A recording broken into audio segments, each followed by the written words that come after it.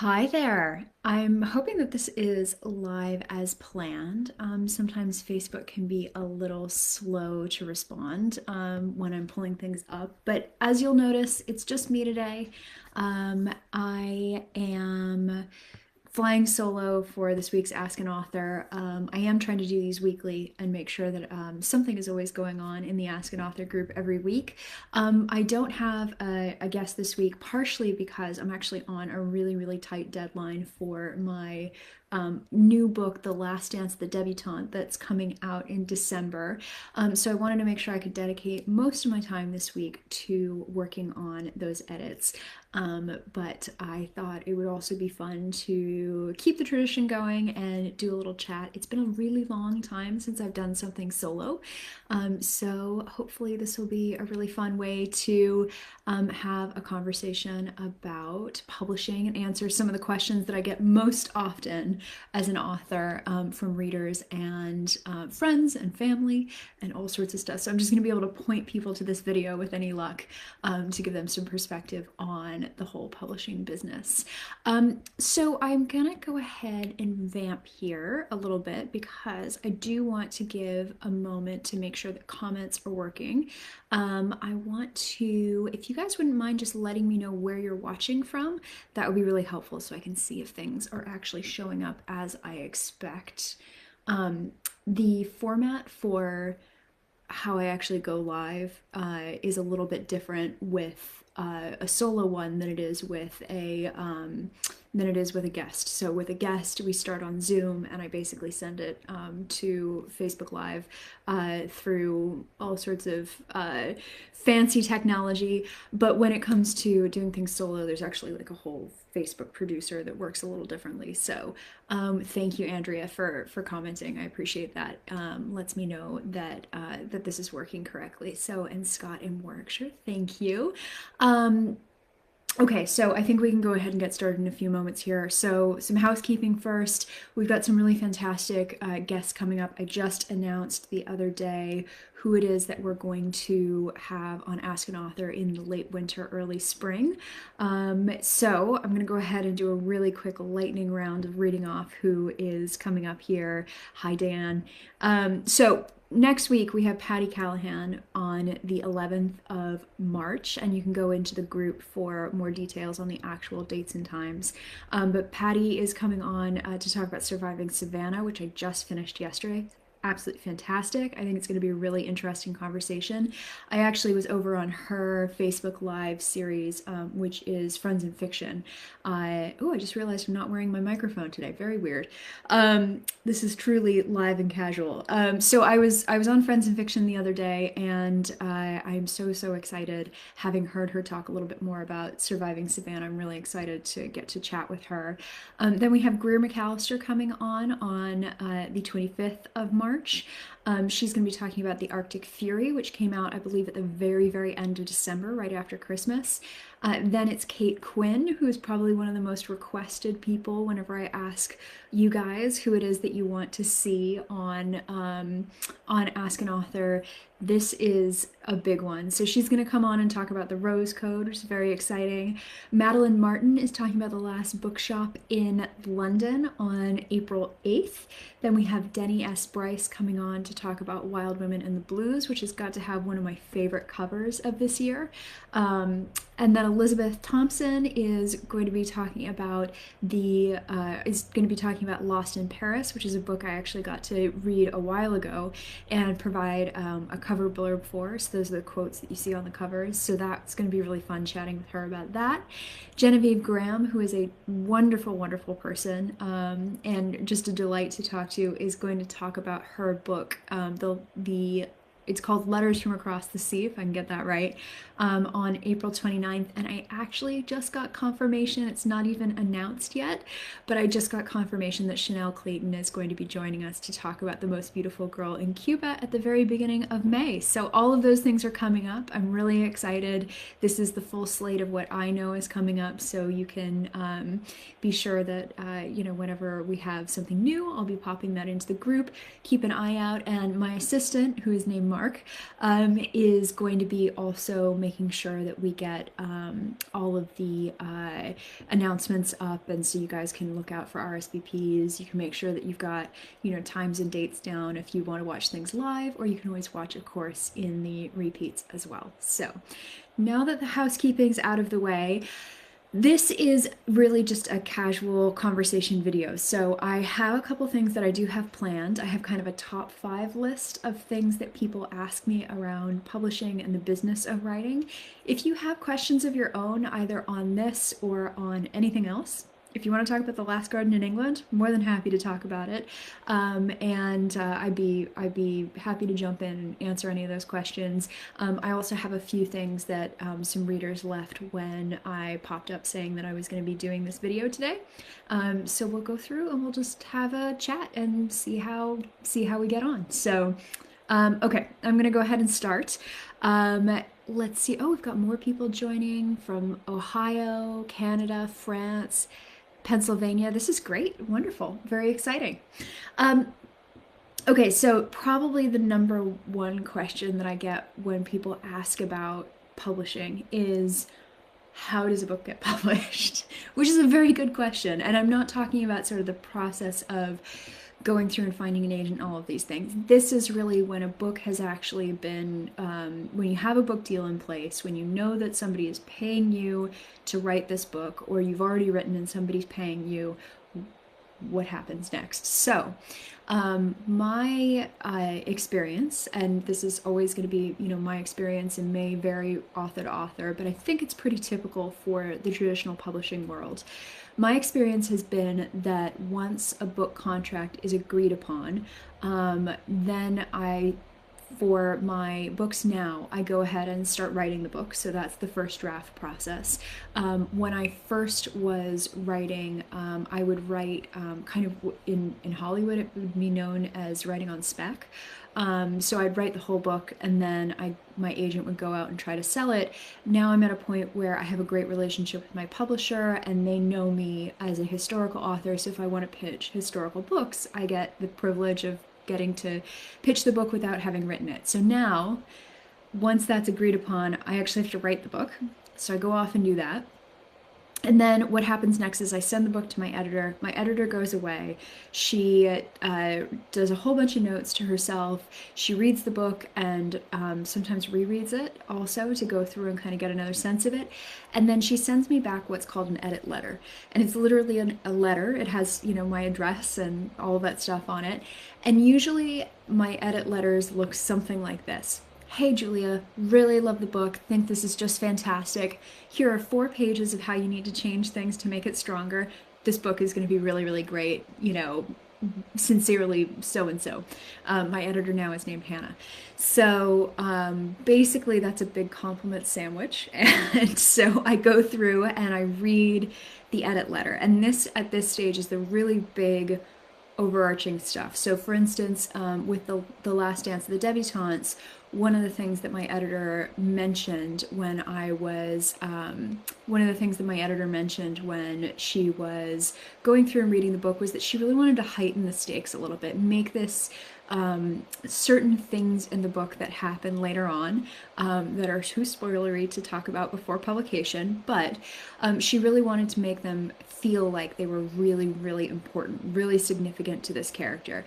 This is not, as with my World War II books, where there's maybe more of a heightened sense of danger, because in some cases, quite literally, danger was right there. This is not necessarily a book that has that same level of life or death stakes.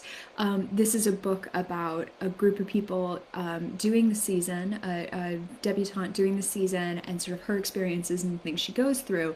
So we're not talking about life or death scenarios, but it's significant to her because there are other areas of her life that these things could have an impact on. So she went through and she said, you know, I think this is one of the things that you need to change. So I go away then and have a think for about 24 hours where I'm very grumpy for a little bit and think, I can't believe she sent me an edit letter. And then I wake up the next morning and think, she is absolutely right about absolutely everything. I think only once or twice I've had the experience of thinking, you know, I don't really think that particular note hits home for me. It really, for the most part, because your editor in my experience, has a bit of a can see the forest through the trees perspective. It's really, really helpful having them there and having them able to give you feedback, because sometimes when you're a writer, especially if you've just finished a draft, it's very, very difficult to see the weaknesses in it. You may have a sense of, okay, I know something's not working quite right here, but it's one of those things where it's useful to have a bit of that perspective, and that's really what editors do. They make your books better, make your books stronger. It's important that you're on the same page as your editor.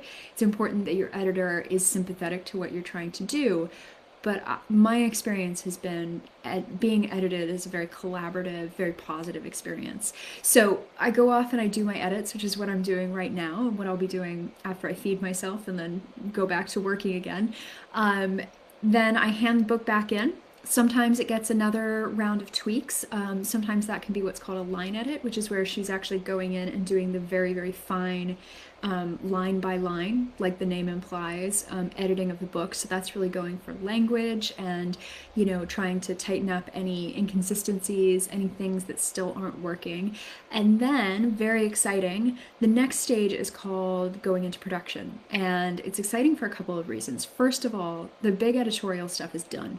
So unless there's anything major that comes up in the process of getting your book through production, for the most part, the big heavy lifting, for me at least, is done. And then it's really on the copy editor, the production editors, proofreaders. This is really the stage where they're refining, they're making sure there are no mistakes, they're trying to catch every typo, things like that. It's also really exciting because I get paid. So I'm invested in that because I'd like to get paid so that I can continue to write more books. So I typically get paid at production, and the book will get copy edited. I've had some fantastic copy editors, one of whom was with me through all my romance novels, which was really fantastic.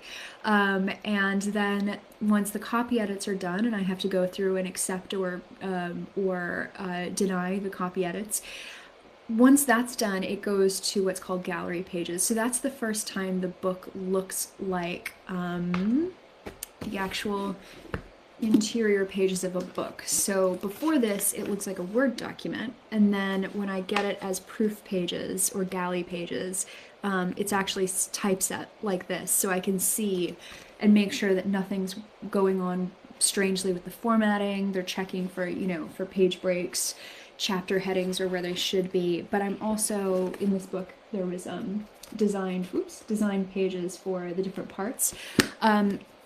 This is also where I'm going through and making sure there are no typos. At this point, I've probably read the book about a dozen times. I don't know how helpful I really am with anything but the most glaring typos, but fortunately there are other people going through this book to double check it also, and to go through and do pages. And I am a little old-fashioned. I still literally mark my pages up, and I photograph them, but I send them back digitally to my publisher. I think my sister at least has the version of an iPad. My iPad, which is what I'm usually, when you guys are watching Ask an Author, this is what I'm usually looking at. If you see me look down, it's because I'm trying to make sure that if you guys have any questions, any comments, anything's going on, that's what's happening. This poor iPad's actually got a giant crack through it, so it is older, it's a little beaten up, so I actually don't have the pencil or anything to do like digital proofs on, but I feel like it's probably only a matter of time till I'm gonna have to replace this thing, and then I would be able to do digital proofs, which I'm pretty sure my publisher would be much happier with, because then it's easier on them and they don't have to decipher my handwriting, which is not terrible, but you know, it's an author's handwriting as she's scribbling trying to make deadline. So once the galley pages are done, then the book is done. It goes to press. It's very exciting when that happens, because it means that you kind of literally sit back for a moment, take a breath. Usually by that point in time, I'm working on another book, whether it's in the research stages, whether it's actually sitting down and writing it. My hope at that point would be I know what I'm writing next.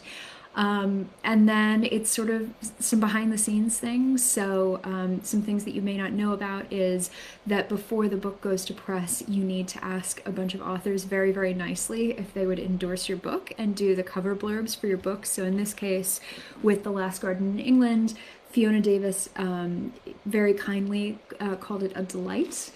So that gets placed right there. And there's a whole thing about who gets to be on the front cover, who gets to be on the back cover.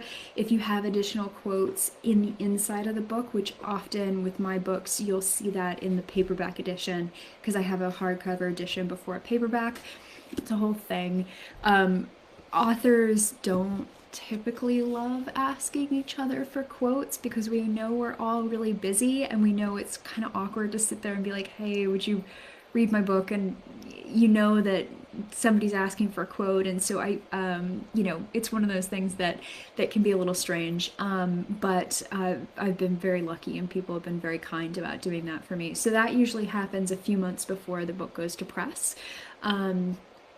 What else happens? Before you go to galley pages, so before everything's getting proofread, typically they'll do what are called advanced reader copies. So if you guys have ever won an advanced reader copy from me, if you've ever won one from Goodreads, you know that that is an uncorrected proof of the book.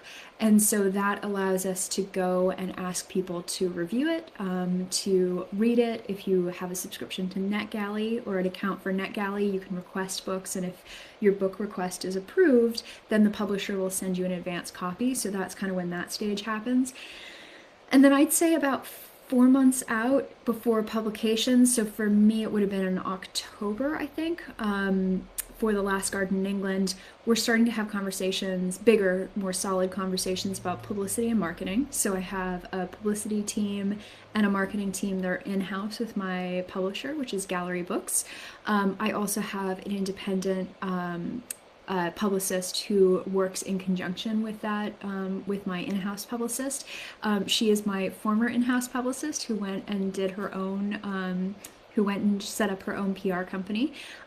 So her name is Megan Harris, and Megan will work with Michelle, who's my in-house publicist, and they'll coordinate things like all of the fantastic events that you guys were so nice in watching throughout this last few months.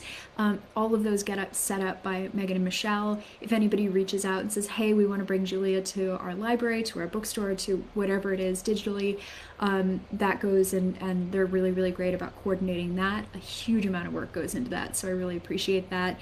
They get all of the fantastic placement. So if you remember Parade Magazine and Better Homes and Gardens and Writer's Digest and a whole bunch of places had me write essays for them. And those went into the various digital editions.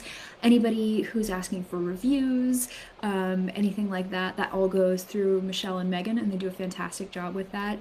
Abby does marketing, so that's ad placement. If you saw The Last Garden in England was featured as an ad on Book Riot. Abby and the team do all of the Goodreads giveaways. Anything around that that's more on this sort of like paid placement side, that's really marketing. And then really it's sort of like 6 to 8 weeks before publication date, everything starts to get really, really busy, and lots of requests come in, and I'm having a lot of conversations with everybody on the team. And then launch day happens and the book's out in the world and you guys get to actually read it. So that's a very long explanation of how a book gets out into the world once it's actually gone through the process of having been bought and written. But it's a long process. It takes typically for me about 18 to 24 months to go from idea to actually seeing the book out in bookstores and on shelves. And so yeah, it's complicated and it's a long process, but I really love it. I really love the team that I've built around me, from my agent to my editor to Abby and Michelle and Megan. And if you turn to the back of most authors' books and look at the acknowledgments, you'll often see a list of people from a publisher that the author is thanking, and that's the reason why a huge amount of village goes into making a book. So there you go. That's a little bit about what happens on the book side. If you guys have questions, if there's anything I can clarify, please do drop them in the comments. I'll keep checking and keep looking, but I'm going to keep going down my list. So that was thing 1 that I get asked most often. Thing 2 is, what does your agent do and why do you need them? Great question. So My agent is named Emily Sylvan Kim. She's with Prospect, or she's the president of Prospect Agency, I should say. She founded it. And she is actually been my only agent that I've ever had. She was at the very start of my career, long before I sold anything. And she's really been an absolute rock through the whole process. So those of you who have watched some of my videos before may know that I did not have the overnight success, sell the book straight out of the gate type of experience with publishing. I wrote a book. I got an agent. My agent tried to sell it. We got really, really close. It was the wrong time and the wrong market for that book, unfortunately, we found out. And so it took me some time to go through and work through some other books, some other pitches, and finally we were able to actually go through and get placed with what was called Pocket Star at the time, with Simon and Schuster, and they bought the Governess series, which is my first romance series, and then they bought my second romance series and an additional contemporary romance book. And then they actually, my editor at the time named Marla was the person who edited me for Pocket Star and then moved me over to Gallery Books. So she was the one who edited The Light Over London and also worked in part on The Whispers of War. So that's really where I've been since then. Emily was really, really important in that whole process because not only was she giving me sort of like long-term career guidance, we were doing a lot of strategy stuff, she's actually going out and advocating for me in the market. So she has meetings with editors. She tries to get the book interest in me and interest in my books drummed up, and she's submitting the books and the proposals to editors before I had sold. So she's the one who's actually the contact that secures the deal that gets my book eventually in bookstores. So she is both really she's both sort of really long-term strategy planning. We kind of take a step back at least once or twice a year and take a look at my entire career, where I want to go, where I am now, how to get there. She also is doing a lot of short-term stuff. So if I ever have an issue with something that's happened at my publisher, if I ever have questions, if there are ever any legal questions, say for instance, out of the blue, somebody says, hey, we really want to make The Last Garden in England into a movie. Emily is my advocate for that whole process. So she really is my business representative, and where she really comes to shine is she's a fantastic negotiator. So she's the one who works on all of my book deals. She also is watching every single bit of contract language, and that's really important and sounds really scary to a lot of people, and rightly so, because there are some things that I've heard of in the publishing world that can be really frightening, like people losing the right to publish under their name because they signed over the rights to their name, or people not understanding how rights work, and so not only do they sell the rights to their books, they sell the rights to their merchandise and their movie deals, and all these things are owned by a publisher, and then you don't have as much room to maneuver, and there are things that you can do to protect yourself against those scenarios that they just don't know about. So Emily's at every step of the, every stage of the way. There are some people who ask about whether I think you can go it alone in traditional publishing without an agent, and you can do anything you want. Nobody's forcing you to have an agent, but I think unless you're a real expert in contract law and you have the connections to a lawyer who could do that and advocate for you, and unless you're really confident in your ability to negotiate and understand very complicated book deals, I really, really highly recommend that people at least explore an agent. And it has to be the right agent for you. You have to, again, we're talking about very long-term career stuff. Emily and I have been together for, I think, 10 years, if not 10 years, then almost 10 years. So she is a part of my life. If I ever get married, Emily's going to be at the wedding. She doesn't know this yet, but she's going to be at the wedding. So it's one of those things where you really want to make sure that you have that understanding of each other, and you don't have to be best friends. There are some people who are really close to their agents. There are some people who have a really strong business relationship with their agents, but you have to understand how to work together and trust each other. That's a really important part of it. Okay, so I'm seeing a couple of questions pop up. I'm just going to do a couple more of these sort of top 5 things. I'm going to mark my way as we do this. Um, how do you get started writing? So I'm gonna actually answer that in 2 ways. So I got started writing because I was literally started writing because had always written, and I was in graduate school, and I was very burned out, and I didn't know it was burnout at the time. I don't think I had that. We didn't really talk about these things in 2008 when I was a graduate student. I just sort of knew that I was really tired all the time, and I was mentally really tired, and I think I just needed something else to put my time and energy into other than just watching TV, because that's what I was doing every day, and I was feeling terrible, and it was not great. So I picked up my laptop and I started writing, and about 3 years later I decided I was going to have to finish this book that I had been saying I was writing for years and years. And that was the book that never sold, but did get me my agent. So it was sort of necessity that started me writing seriously. And then when I got sort of to that point where I decided I really had to a finish a manuscript, that was the goal.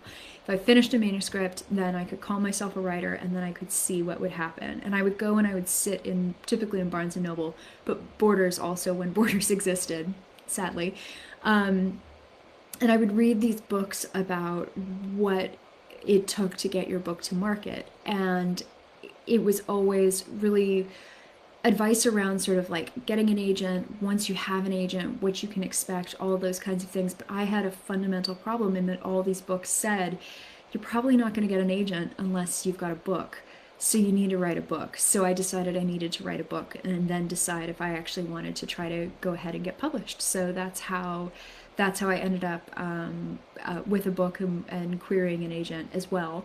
When it comes to getting started with writing now, typically what I'll do is around now, while I'm doing developmental edits for whatever it is that I'm working on, I will start thinking about what I've been reading, what I've been researching, what sounds interesting. I usually have kind of a running log of ideas that I've pitched that either the publisher said, we think this other one's stronger for right now, but maybe let's revisit this, or things that I've just sort of had kicking around in my head for a long time. That's actually how The Last Garden in England came to be. I had this idea about writing a book across multiple generations, around a historic garden and all the women's intertwining stories for years, and I just didn't know what to do with it. I didn't have an actual story, I just had an idea, kind of concept.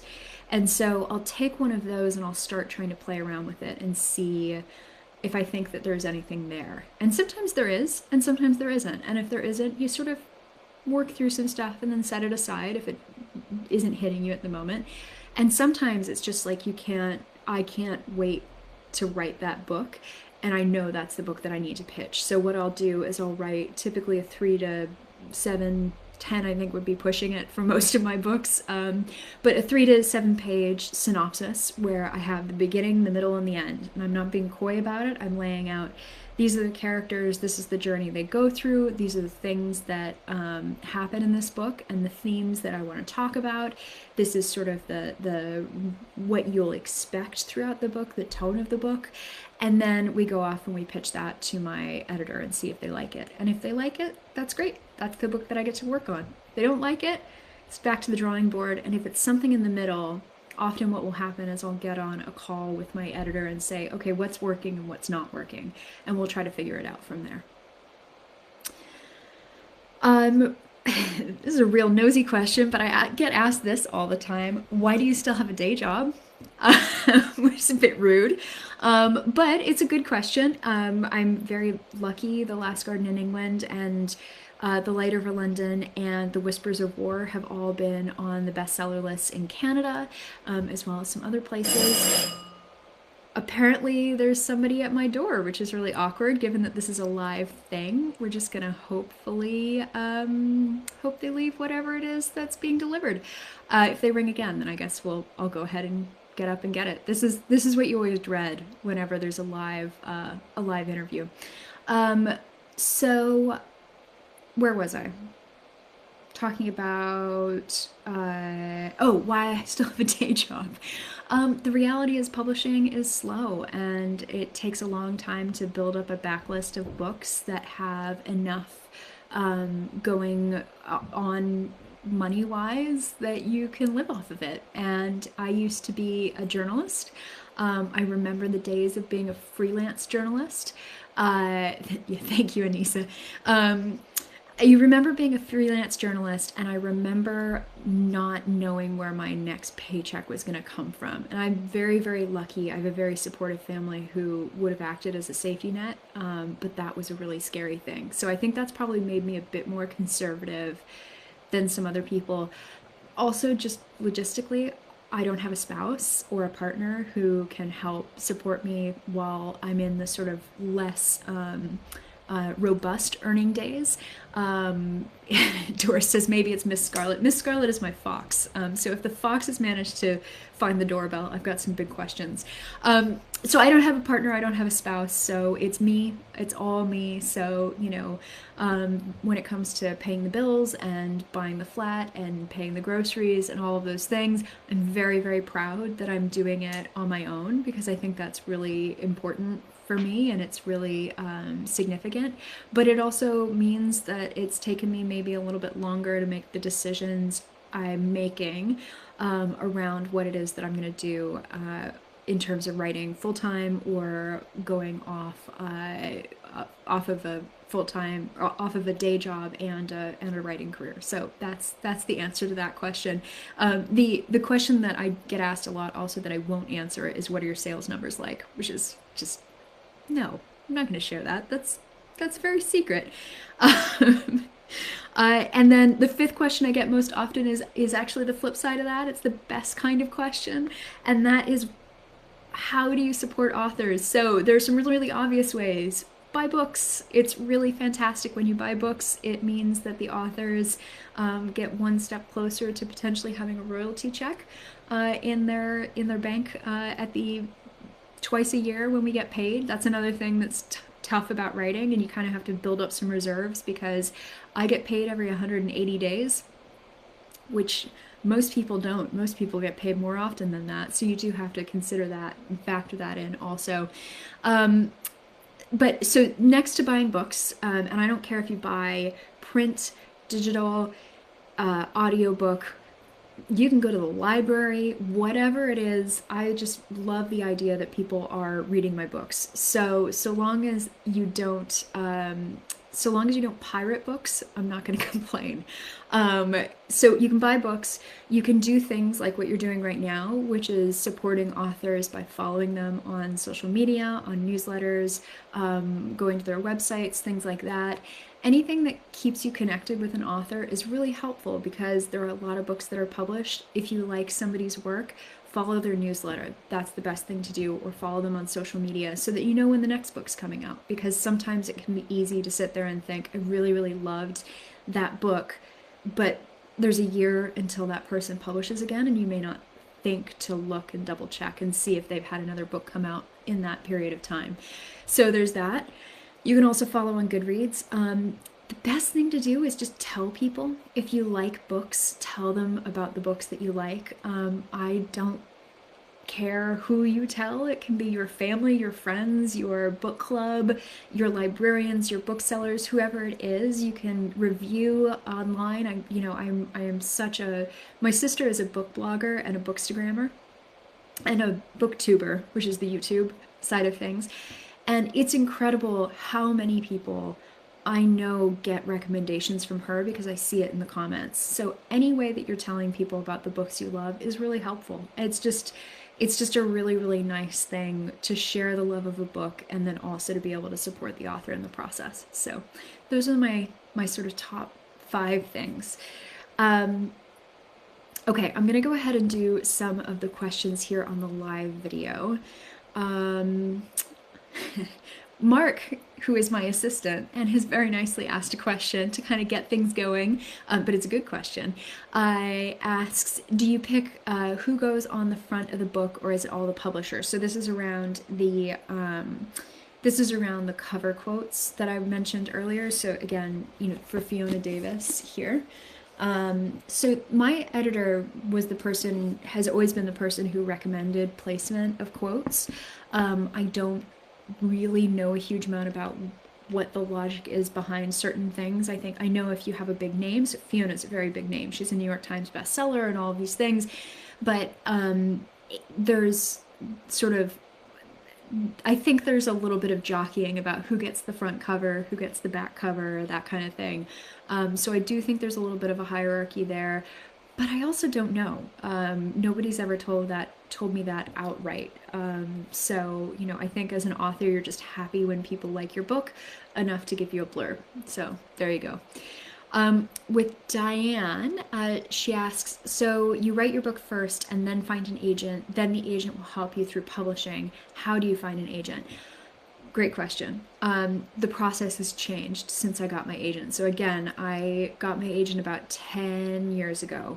And there was this big book that I'm sure still exists called The Writer's Digest Guide to Literary Agents. And this was published in the US. And I went to Barnes & Noble and I bought it. And I bought a whole bunch of these guys.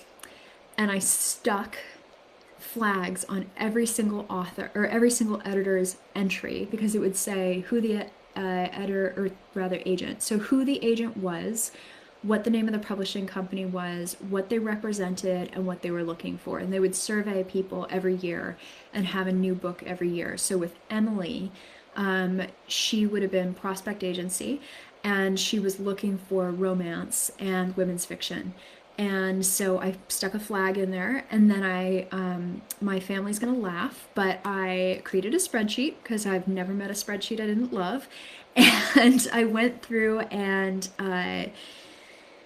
basically listed everybody, went to all their websites, checked out what they were saying, tried to do as much research as I could online. And this was when I think almost every agent had a website, but not everybody did. And I remember even 10 years ago being surprised by that because it was a business. So you'd think that they would have a website for the agency. But I went through and I read all of these and I categorized them sort of 1 to 5, 5 to, or 6 to 10. And I went through and in chunks of 5, I said, these are my top, this is the next group, this is the next group. And I emailed my top 5, which Emily was one of them. She was 1 or 2. And I can't remember which. There was another agent I was also going after pretty hard. And then when I heard rejections from people, I would just go to the next line in the list and send another email, and the next in the list and send another email. And basically what you do is you write a cover letter and you send your synopsis, and you send depending on what the agent asked for, and their information was all available on their website about what they wanted, but typically it would be the first 10 pages of the book or a chapter of the book, whatever worked. And basically I just sent out a ton of emails, and I got a couple of partial requests back. So that's where they ask for like the next 100 pages, the next 50 pages, so that they can get more of a sense of the book and where it's going. In Emily's case, and a couple of other people, they asked me it was a full request, so that means you send the whole book, and you just have to wait, and you just wait and sit there and know that you're just gonna have to wait for them to read whatever's ahead of you in the pile, and then read your stuff, and then make a decision about whether they want to talk to you or not. And so when Emily emailed me and said, hey, I'm interested, can we have a phone call? I was at work, and so I hurried upstairs and sat on the sofa, hidden away in a corner, on a break, and we talked. And one of the first things that she said to me was, I really love this book.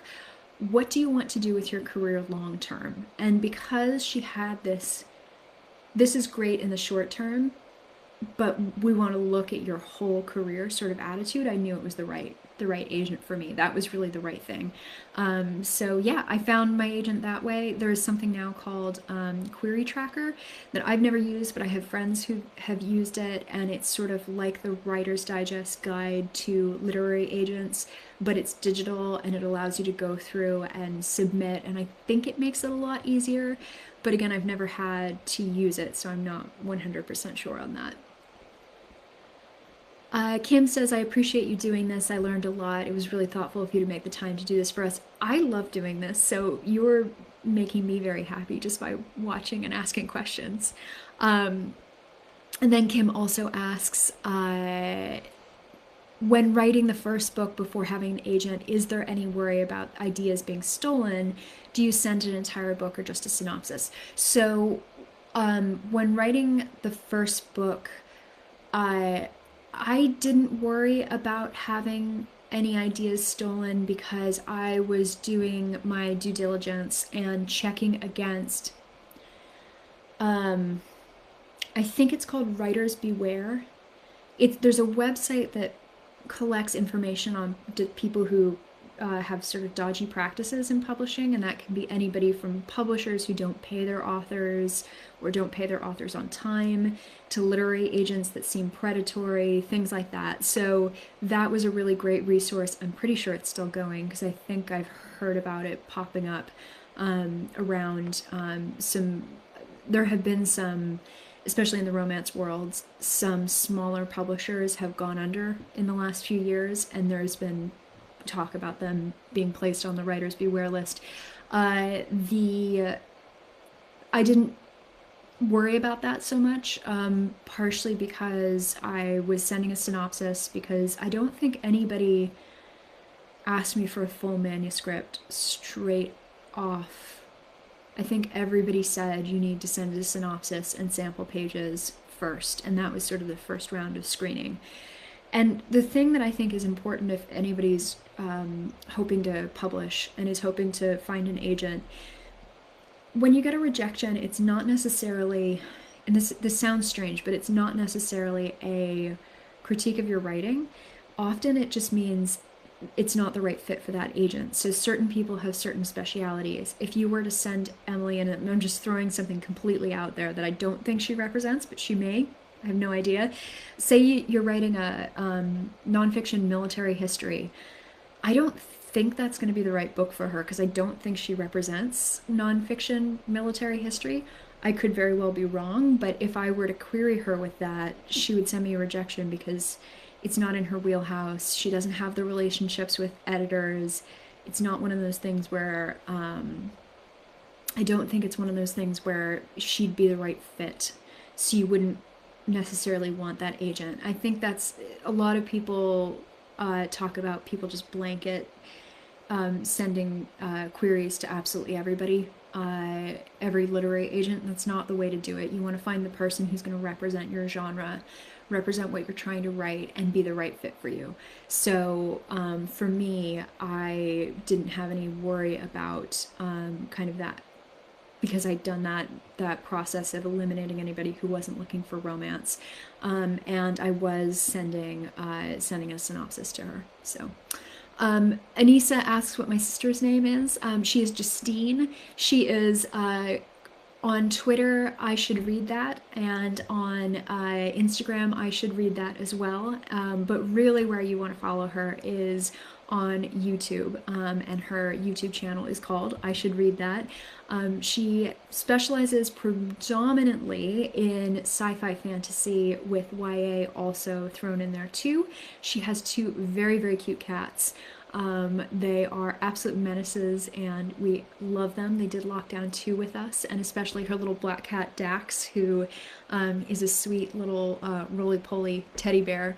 And we got along really well. So if you want to check Justine's stuff out, she is I Should Read That all over the internet. And she also of course has a website, ishouldreadthat.com, and that is where she has book reviews as well. So she does some crossover with what I do in terms of what she's interested in. For instance, she harped on about me not reading The Seven Husbands of Evelyn Hugo for years and years, for like 18 months. But she was the one who got me to read that book, and that's totally my thing. It's historical fiction. It's about old Hollywood. It's kind of a bit of a Liz Taylor sort of vibe going on with that book. So she does have some of those things that might work well with some of the audience of this show. Okay, I got some other questions here. Anissa very kindly, you dropped some questions in about before I started doing this call. So I'm going to go ahead and answer those. So quick fire round. How much input do you have on the setting of certain deadlines? Some is the answer. So there's a production schedule. Every book goes onto the production schedule as a hoped date. So I think my Last Dance of the Debutantes, I think this is really bad. I should know this off the top of my head, but I think it's December 7th is my release day for that book, which means that I need to hit certain points in the production calendar in order to make sure we make that deadline. Because if you think about it, you have your deadline or you have your release date. There's a certain time that the books have to have had been into the printers in order to get printed. So you're always working back from that printing date, and they need enough time to go through certain things. And I'm sure that editors have grace periods built in. They have some time that they can play around with, but I used to be a journalist. Deadlines are really important to me. I'm very proud of the fact that I meet my deadlines. And so I do try to make sure that if somebody says, hey, we need to hit this date in order to make sure you're still on track, that's going to happen. If something were to come up and something, I needed more time, I think one of the things that everybody's been very conscious of this last year is authors potentially getting sick. So if something like that were to happen, then absolutely the publisher would work with me to figure out, once I'm well again and can be working, what's going to be realistic. But knock on wood, that hasn't happened. So I've been very lucky about that.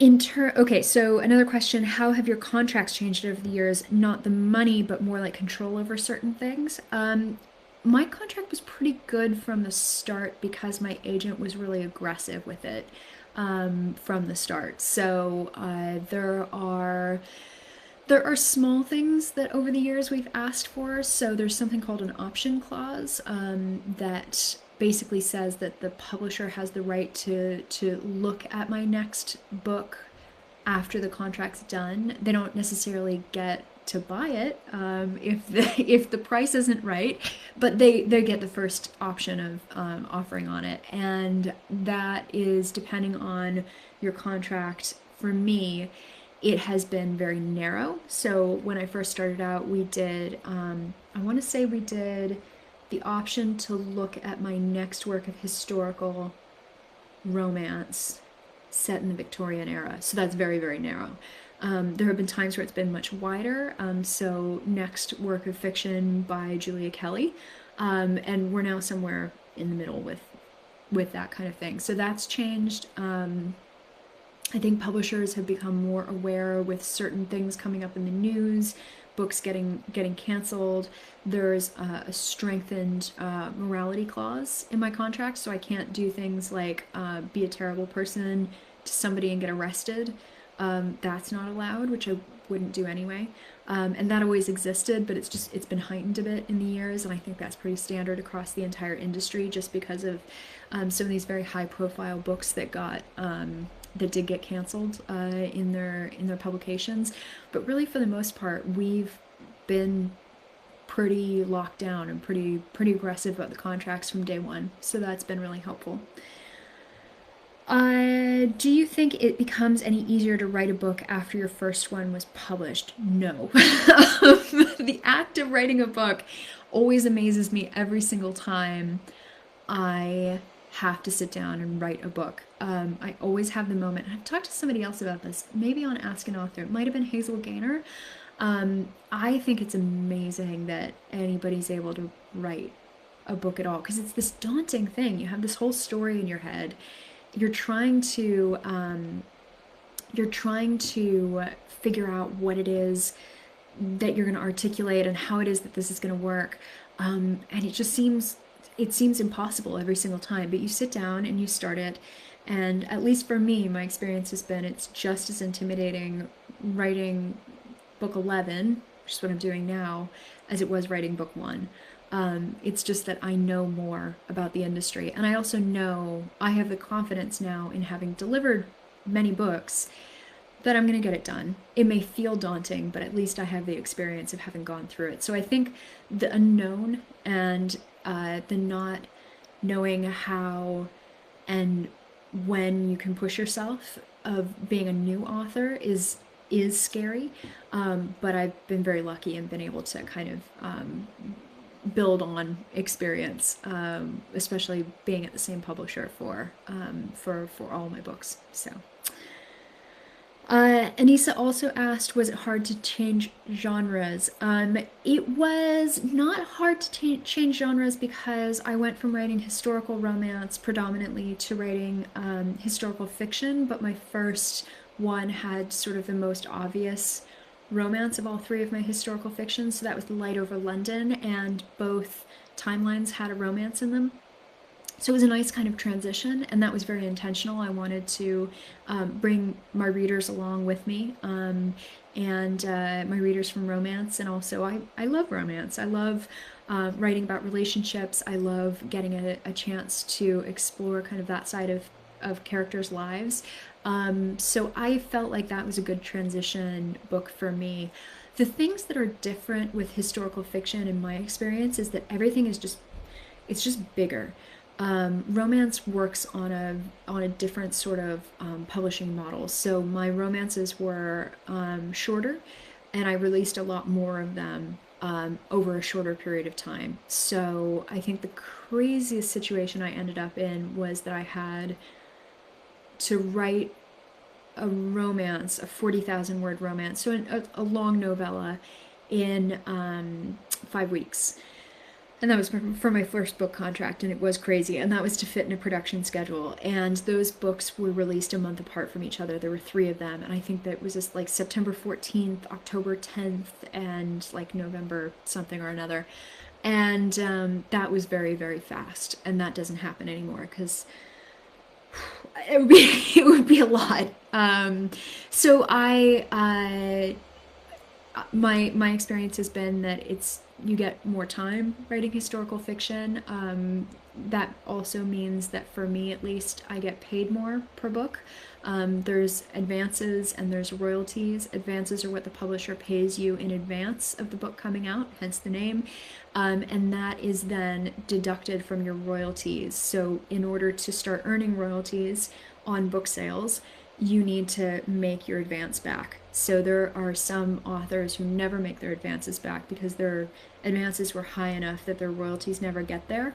I've been very lucky, and especially since I started with, for various reasons, I started with a small advance on my first historical fiction book. I was in that zone a lot faster, but sort of as you gain confidence in that and gain experience in that genre and have success, you're able to sort of negotiate more and more money. So that's the really big thing, frankly, that's changed. And also the attention that marketing and publicity pays to my books now is very different than it was with romance. Again, it's a different genre, different approaches to how the publisher was approaching that. So.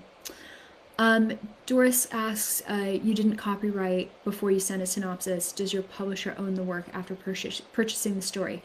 So, copyright's an interesting question. Intellectual property says that you automatically, once you've written something, own the copyright to it. So, I didn't bother to copyright before because there's no legal reason for me to do that. The only thing that the publisher will do on my behalf around copyright is they'll register a published book with the U.S. Copyright Library of Congress, U.S. Copyright Office, the U.S. Copyright Office. So the copyright page on my books here, this is registered for me. So if you see here, copyright 2021. But when it comes to actually producing a work, my understanding is that you automatically have have the intellectual property ownership of that work that you've produced. There's all sorts of stuff that people recommend, and I don't know if it actually has any legal standing because I've never needed it. I've never bothered, but some people say you should mail a sealed, postmarked version of your manuscript to yourself, so that if anybody were to ever claim copyright infringement, you could say that you had the copyright, but I, I don't think that's in. I don't think that holds up. You'd have to ask an attorney, but no, I never went through and copyrighted anything before publication. When I was going out and querying work, maybe somebody would have different advice, but I never found it necessary. And then, does the publisher own the work after they purchase the story? So this is really interesting. Your publisher owns the rights to your work in certain circumstances. So the work is mine, but the publisher, the way that contracts work for me is that the publisher has purchased the right to publish the print, to publish the book, and that's print and digital, in certain territories in the world. So, for instance, for me, I have world rights. My publisher has world rights. So they get to sit there and they get to say, we're going to publish in the US, we're going to publish in Canada, and then what we're going to do is go out to the market and see who else wants to publish this book. So I have books out in Hungarian, Czech, Finnish, French, Italian, Hebrew. I have UK editions.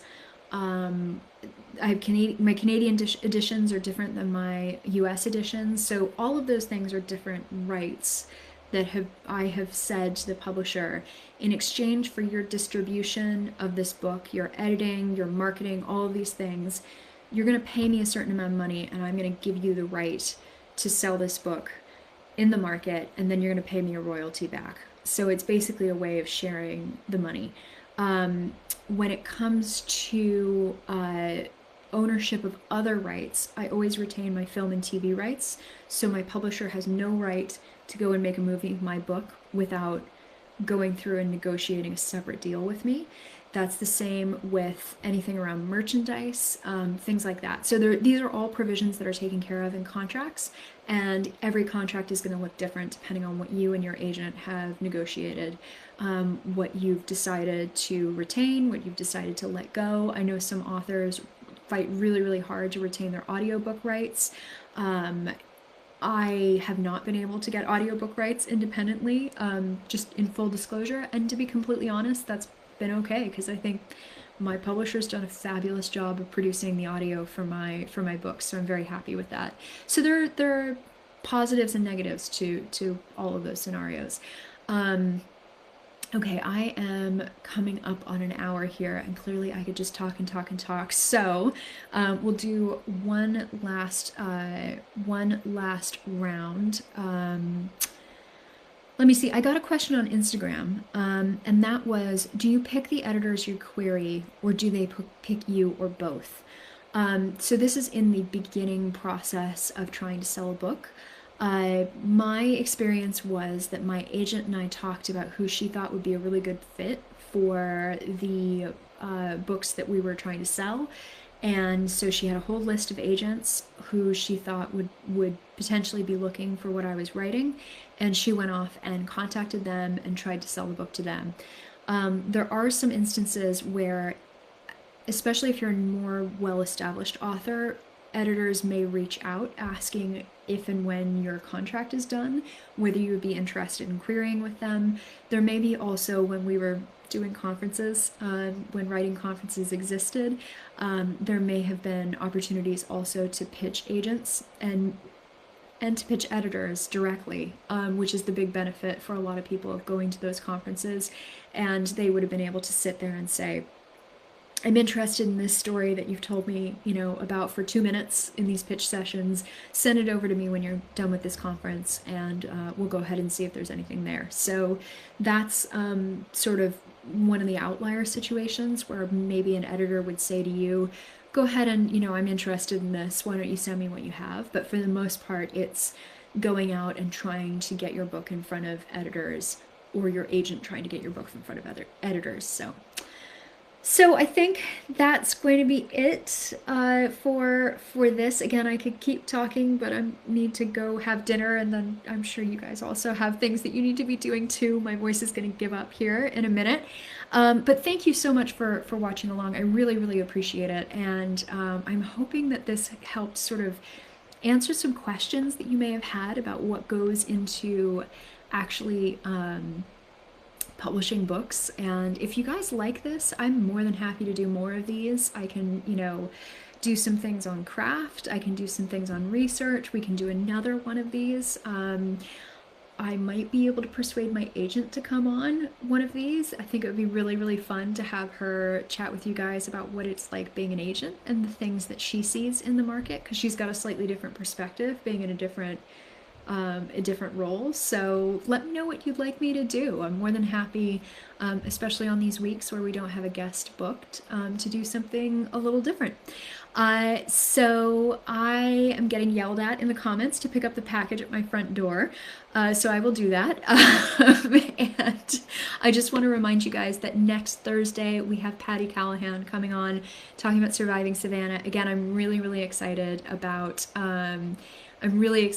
this upcoming interview. I really enjoyed the book, and I think you guys are going to really love it when you get a chance to read it too. So she's really fun. It will be a great conversation. Please do join us, and if you have questions ahead of that, go ahead and send me a message or leave it in the comments, and I will do my best to ask Patty your questions.